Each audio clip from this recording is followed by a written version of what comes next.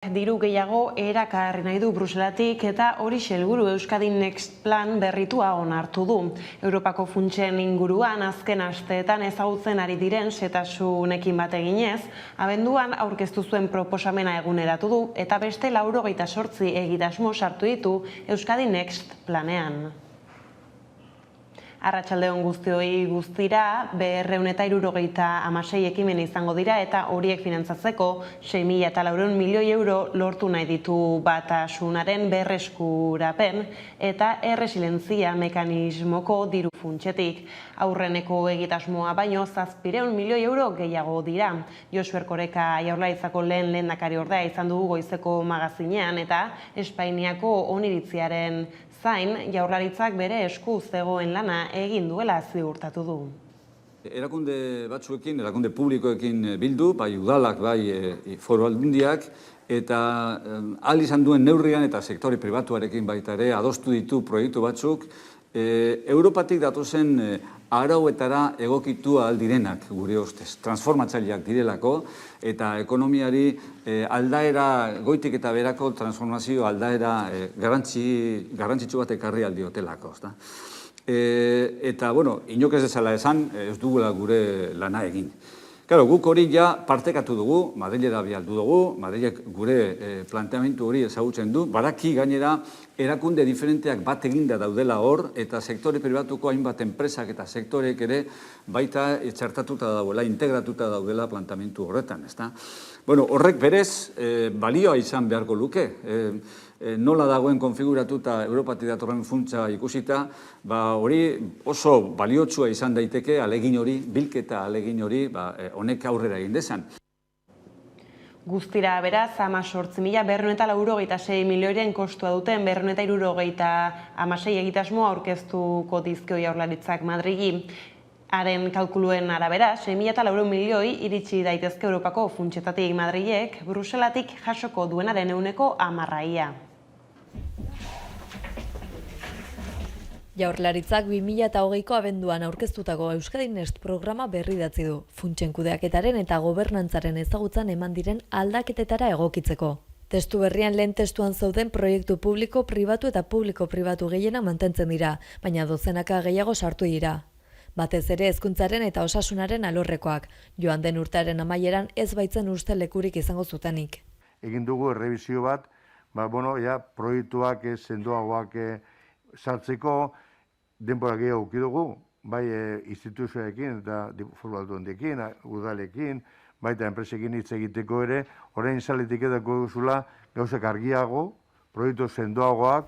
Abenduko programak 13 milioi euro mobilizatzea espero zuen, baina Euskadi Next berriak 18 milioi eurora igo nahi ditu.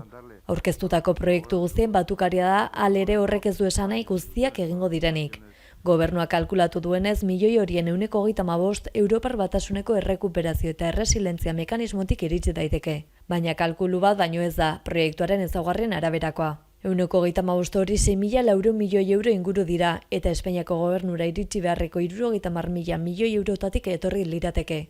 Gero hark banatuko ditu. Proiektu bakoitza erakundeek argitaratzen dituzten laguntza lerroetara aurkeztu beharko da, eta beste proiektu batzuekin lehiatuko da, eraldaketa ekonomiko, ekologiko eta sozialerako egokiena zein den ikusteko. Espainiako gobernuak Europar Batasunari aurkeztutako programak oraindik eztabaidagai daude eta ez dira onartu.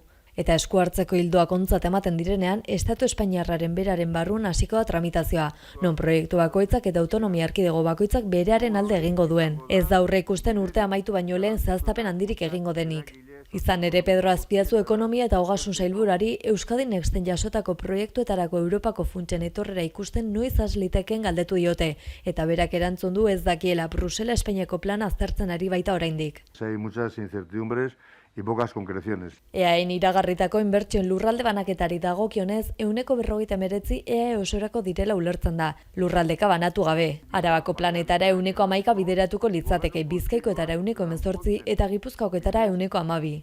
Bestalde 18 milioietatik 5 Espainiar estatuko ekonomia berreskuratzeko eta eraldatzeko proiektu estrategikoak dira. 6 milioi autonomia erkidegoetakoak dira eta beste 6 diru laguntza eta lizitazio publikoen deialdietakoak. Horrez gain kartzela eredua diseinatzen ari da Eusko Jaurlaritza aldarri historikoa dakar ekimenak eta simbolismo handia du. Hala eskumenak euskal erakundei eskaintzen dizkien aukerez, aritu da Josu Erkoreka gurean gaur magazinean. Hemen espetxe eredua, espetxe legedia ez da aldatu urte askotan. Indarrean dagoen legedia ez da bere okerra, baditu edukin batzuk oso aurreratuak eta nahiko progresistak eta direnak, espetxe politika aurreratu bat gauzatu alizateko. Eta ikusi izan dugu guk geuk, gobernu zentral diferenteek legeri berdinaren aplikazioa bat diferenteak egin dituztela. Eta aukera batzuk, bazterran utzi dituzten bitartean gobernu batzuk, beste batzuk aukera horiek erabili dituztela, neurri handiagoa ala okerrago batean. Bueno, kontua da, guk aukera haun aprobetxatu nahi dugula, Euskal Herriaren sensibilidadera gehiago egokituko den espetxe politika bat egin alizateko. Eta horretarako legeriak eskaintzen dizkigun tresna eta baliabideak ahalik eta gehien aprobetxatzeko. Egun hauetaz, ari dira Beatriz Artolazabalen saileko arduradunak honen berri ematen eta honen zabalkundea egiten, gure planteamendu zeintzuk diren, azaltzen, Urrengo egun batean, datorren hilean uste dut, agerraldi bat izango du legebiltzarrean baita ere, honen berri emateko, baina legebiltzarren kasuan esaten dudan honek zentzu berezia dauka, planteatu diren norabide nagusiak espetxe politika berriari buruz, neurri handi batean legebiltzarrean bertan adostutako neurriak direlako. Urriaren batetik aurrera kudeatuko ditu Euskal Autonomia Erkidegoko 3 espetxeak Jaurlaritzak. Jaime Tapia eskumenak kudeatzeko aholkulariak dagoeneko azaldu duenez ondokoa da erronka. 10 presotik 4 erregimen irekian betetzea zigorra. Jaime Tapia epaileak lehen elkarrizketa eman du Jaurlaritzak Beatriz Artolazabal sailburuari espetxe ereduari buruzko aholkuak emateko izendatu zuenetik, eta urriaren batetik aurrera aplikatuko da transferentzia hori.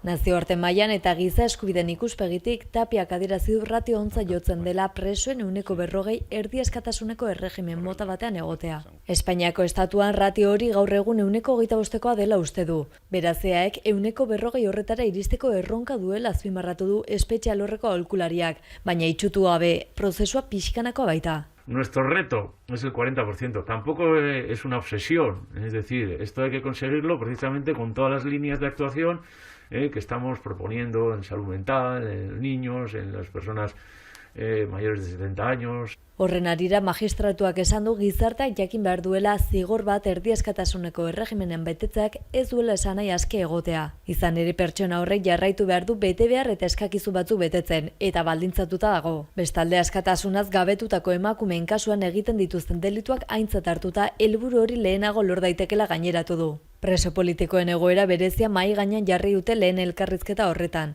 Jaime Tapiak azpimarratu duenez preso guztiak berdinak dira legearen aurrean, baina delitu terroristengatik zigortutako pertsonen kasuan baldintza batzuk eskatzen direla nabarmendu du, eta epaiek ere batzuetan baldintza batzuk eskatzen dituztela gaineratu du.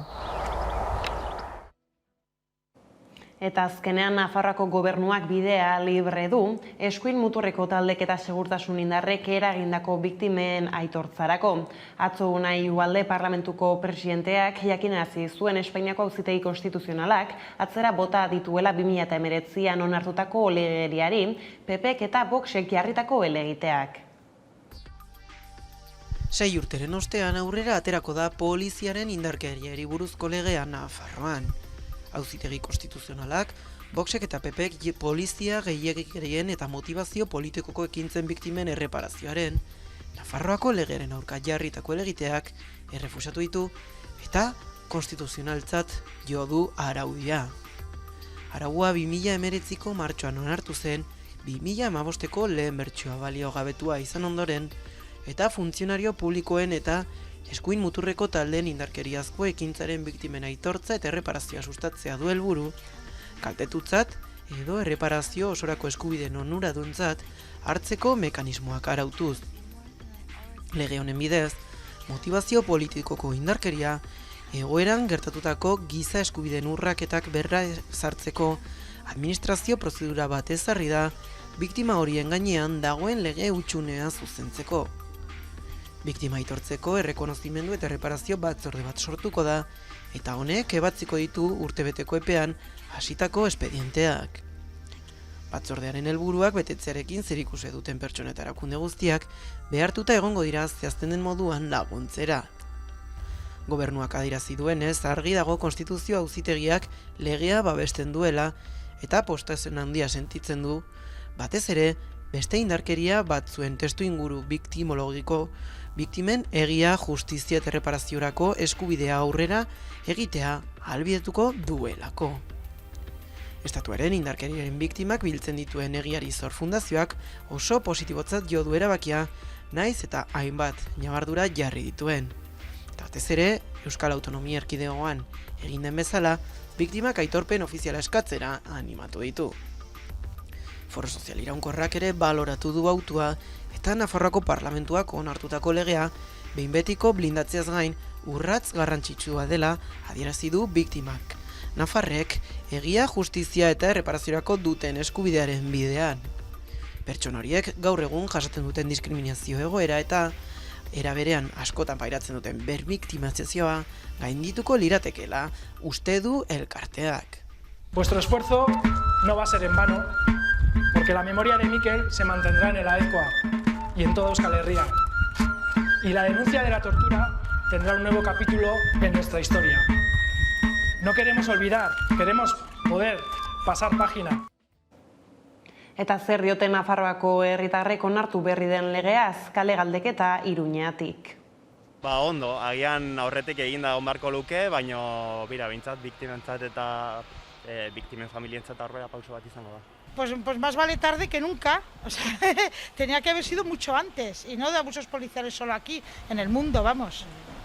O sea, me parece estupendo, estupendo. Siempre han abusado, siempre. El reconocimiento y la indemnización correspondiente, si les corresponde, claro que sí, sí, por supuesto. Sí, son cosas siempre ocultas que parece que no existen, pero que como no se visualizan ni se...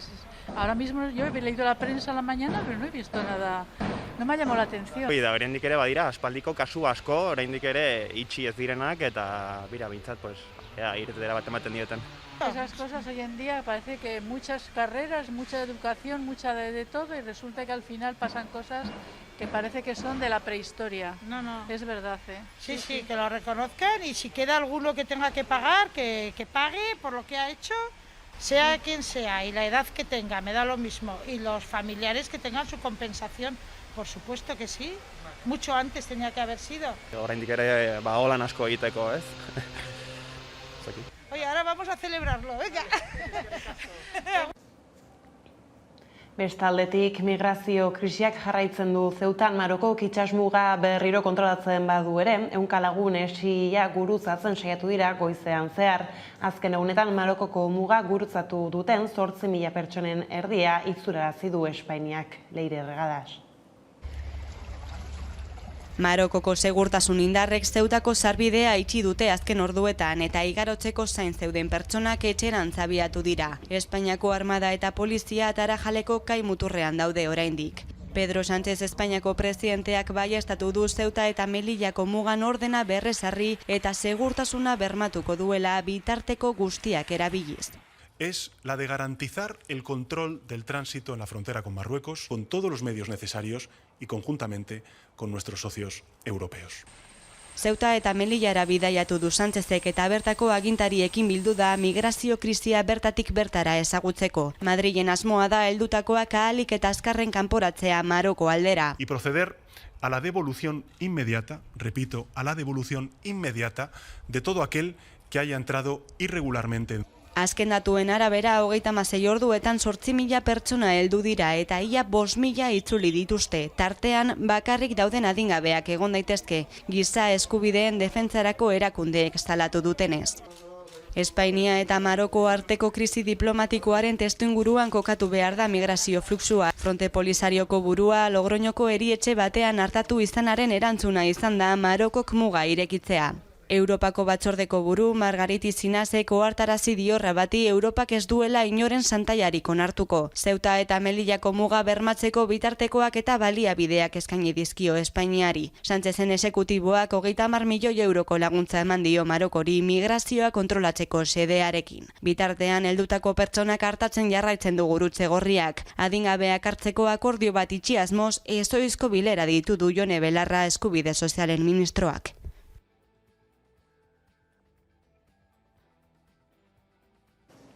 Pandemiaren bueltako gai helduta berriz, AstraZenecaren txertoaren ondoren Pfizerrena ematea ebatzi du Espainiak. Horrela, AstraZenecaren lehenengo dosia jaso duten 60 urtetik beherako pertsonen kasuan, Pfizerrena izango da bigarren dosia, bien kombinazioa segurua eta eraginkorra dela egiaztatu baitute. Ostera Gotzone Sagardui Osasun Sailburuak iragarri duenez, datorren ekainean Pfizerren txertoaren 127.500 eta 30 dosi jasoko ditu Euskal Autonomia Erkidegoak astero.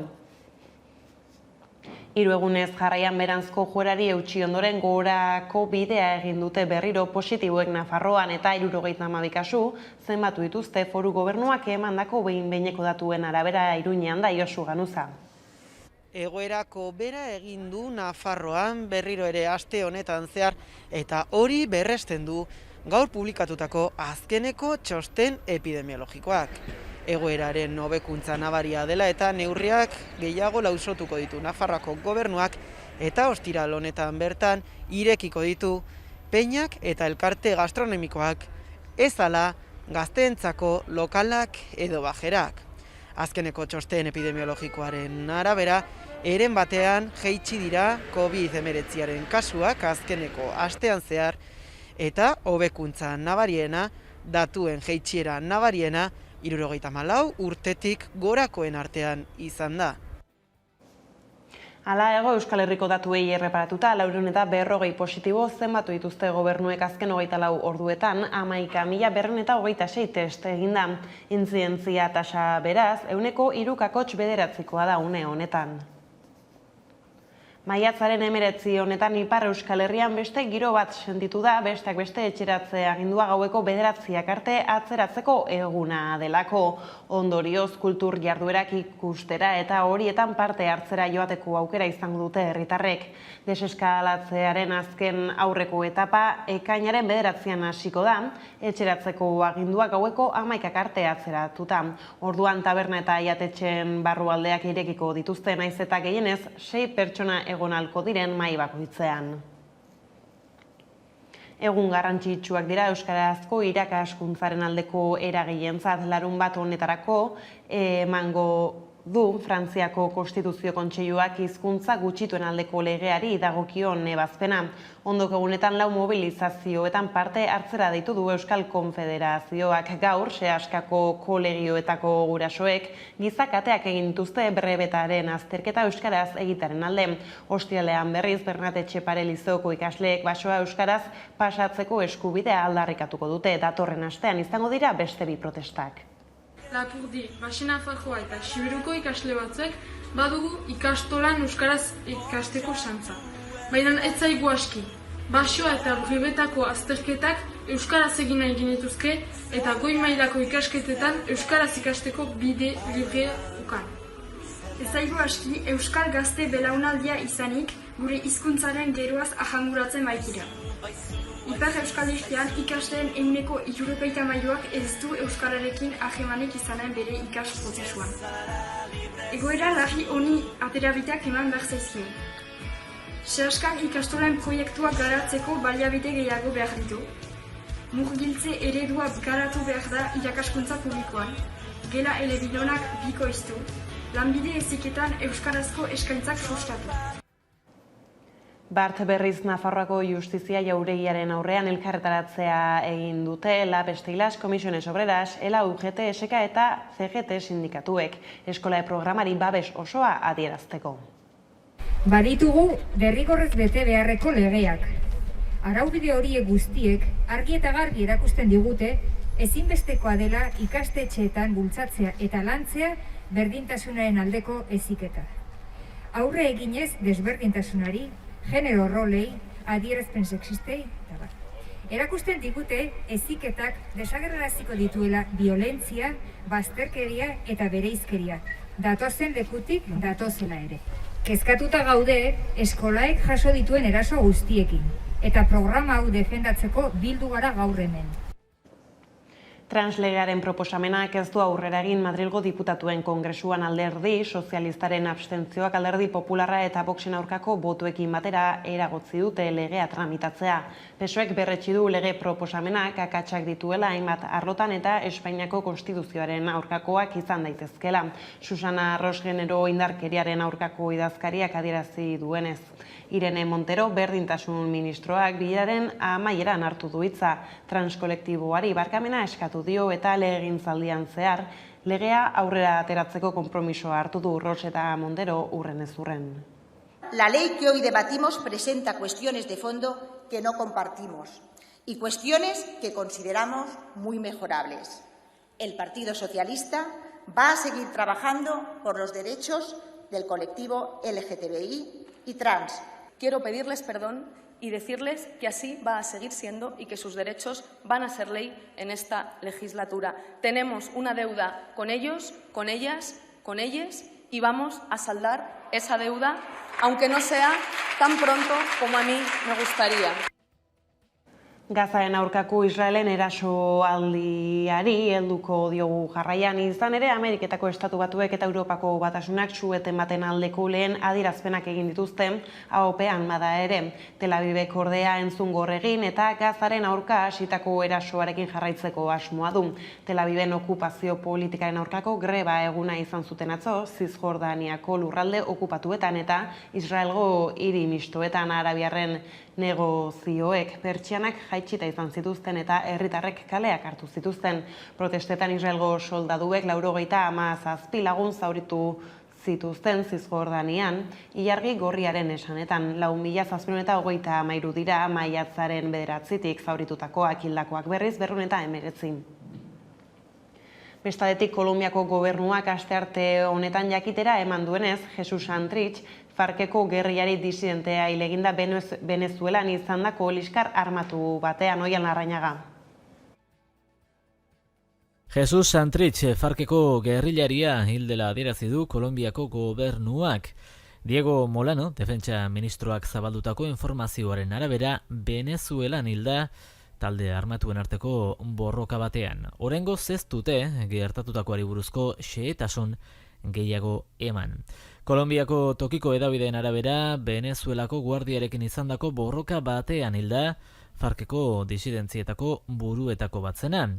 Santrichek berak parte hartu zuen gerrilaren eta Kolonbiako gobernuaren arteko bake negoziaketetan, Habanan. 2019ko abuztuan ordea, berriz ere armak hartu eta borroka armatuari berrekingo ziola iragarri zuen beste kide batzuekin batera. Kolonbiako gobernua etzelako Habanan sinatutakoa errespetatzen ari. Bajo el amparo del derecho universal que asiste a todos los pueblos del mundo, de levantarse en armas contra la opresión. Hain justu, joan den astean, Santrich estatu batuetara estraditatzeko eskaera onartu zuen Kolonbiako justizia auzitegi gorenak. Habanako bake akordioa sinatu ondoren egindako delituengatik gaizkile taldeko kide izatea eta droga trafikoa leporatzen dizkiote bertan. Hain justu, eskakizun hori dela eta atxilotu zuten Santrich Bogota hiriburuan 2018ko apirilean. Dena den azkenean, aske utzi behar izan zuten gerrilari hoia eta parlamentuan zegokion postua okupatu ahal izan zuen 2019ko ekainean. Orduan, oraindik FARC izena zuen alderdiak, gaur egun Komunes izena duen arren. Dena den, aste batzuk beranduago desagertu egintzen gerrilari hoia. Iban Márquez, FARCeko beste kide famatu batekin batera grabatutako bideo baten bidez, berriz ere borroka armatuari ekingo ziotela iragarri zuen arte. Eta kulturarloko gaiei helduta Ibarrola itsasadarrean ura, burdina, sua eta airea erakusketa jarri du Bilboko Itsas Museumek.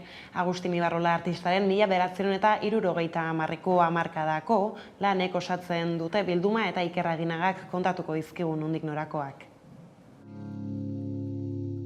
Ibarrola itsasadarrean ura, burdina, sua eta airea erakusketa zabaldu du Bilboko Itsasmuseumek. Omako baso margotua zarago ere Ibarrolaren lana oparoa izan zen. Eta 80ko hamarkadako lanak esanguratsuenak izan badira, Ibarrola ezagun horren aurretiko lanak bildu ditu Irrintzi Ibarrola semeak komisariatutako erakusketa honek. Erakusketa honetan saiatu gara ekartzen nire aitaren 70. hamarkadaren hamarkada horren obrarik nik uste dut karakteristikoenak. Uste dugu honek badaukala erlazioa Errekalde aretoan dagoen beste erakusketa horrekin, ze justo hau da etapa hori, hemen erakusten dugun etapa hau da justo naturara joan zenean justo baino lehenago egiten ari zena, ez? Orduan uste dugu guztiz erlazionatuta dagoela. Eta hori da erakutsi nahi izan duguna. Hain zuzen, Bilboko itsasadarrean bizi eta lan egiten zuten beharginek eta familiek ardazten dituzte artelanak. Mineral kargalekuak, ontziolak, dikeak eta galdategiak agertzen dituzte pinturek besteak beste. 1970ko hamarkadako lanaren lagin bat da bildutakoa. Formatu handiko 17 margok eta 20 marrazki inguruko osatzen dute erakusketa. Eta 2022ko urtarrilera arte egongo dira ikusgai Bilboko galerian. Nire aita egiten zuen pintura 60. hamarkadan zen pintura soziala, nolabait esatearren. Errealismo sozialista deitzen zen, kritikariak deitzen zuten horri errealismo sozialista. Eta orduan, errealismo sozialista horretan lanaren mundua erakusten zuen, lanaren mundua baino langileen aldarrikapenak, langileak hobeto bizirik nahi zutela demostratzen zuen, langileen eta nekazarien munduaren gatazkak eta borrokak, ez? Bera alderdi komunistakoa zen eta 5 urte egon zen gaina kartzelan Franco garaian, ez? Eta borroka mundu hori erakusten zuen bere obratan, hori argi dago, ez?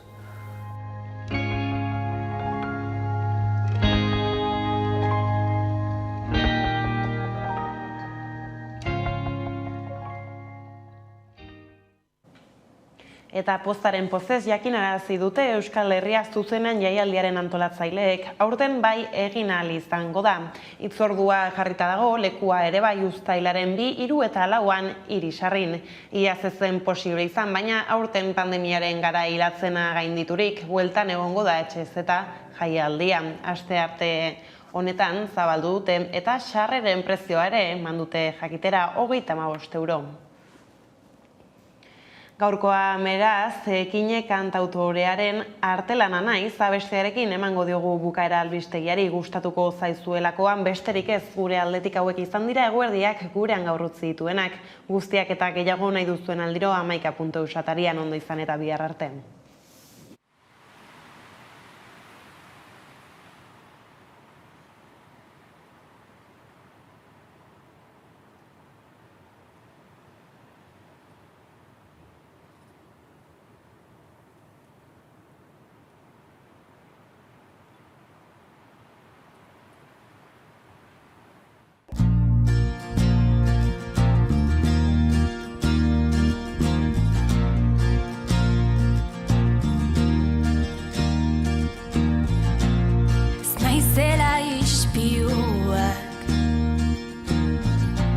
Egiten didan isla Sanzidaten nola bera ez naizela